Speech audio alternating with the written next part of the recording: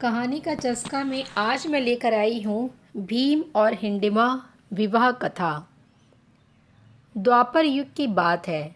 यह बात हर कोई जानता था कि कौरव पांडवों को हमेशा से अपना शत्रु मानते थे और कैसे भी करके उन्हें मारने की योजना बनाते रहते थे।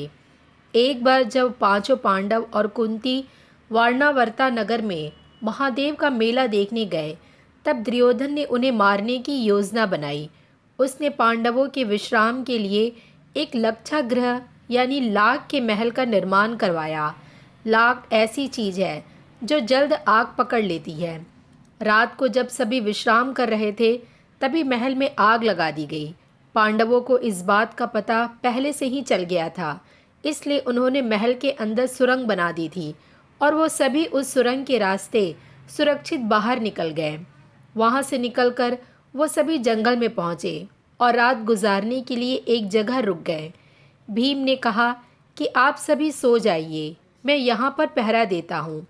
उसी जंगल में एक हिंडम्ब नाम का राक्षस अपनी बहन हिंडिम्बा के साथ रहता था। वह इंसानों को खाकर अपनी भूख मिटाता था। उस रात राक्षस ने अपनी बहन हिंडिम्बा को कहा कि उसे भूख लग रही है, वह किसी इंसान को पकड़कर लेकर आए।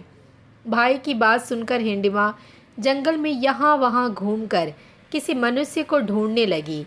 तभी उसकी नज़र भीम पर पड़ी और वह भीम पर मोहित हो गई।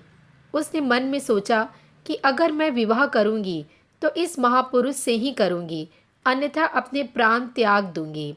यह विचार कर हिंडिमा सुंदर स्त्री का रूप बदलकर भीम के पास गई और विवाह का प्रस्ताव रखा।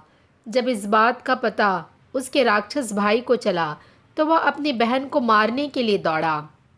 यह देखकर भीम ने राक्षस को रोका और दोनों में जोरदार लड़ाई हुई, जिसमें राक्षस मारा गया। शोर सुनकर कुंती और चारों भाई भी नींद से जाग गए। हिंडिमा ने फिर से भीम को विवाह करने का प्रस्ताव दिया, जिसे भीम ने ठुकरा दिया, लेकिन माता कुंती के समझाने पर हाँ कर दी। भीम और हिंडिमा का गंधर्व विवाह जंगल में संपन्न हुआ और कुछ समय बाद उनके घर एक पुत्र का जन्म हुआ। उसका नाम घटोत्कच रखा गया। फिर मिलूंगी आपसे एक नई कहानी के साथ। ऐसी ही और कहानी सुनने के लिए इस चैनल को सब्सक्राइब करना ना भूलें। अपना मैसेज ज़रूर लिखें। फिर मिलेंगे, तब तक के लिए बाय बाय।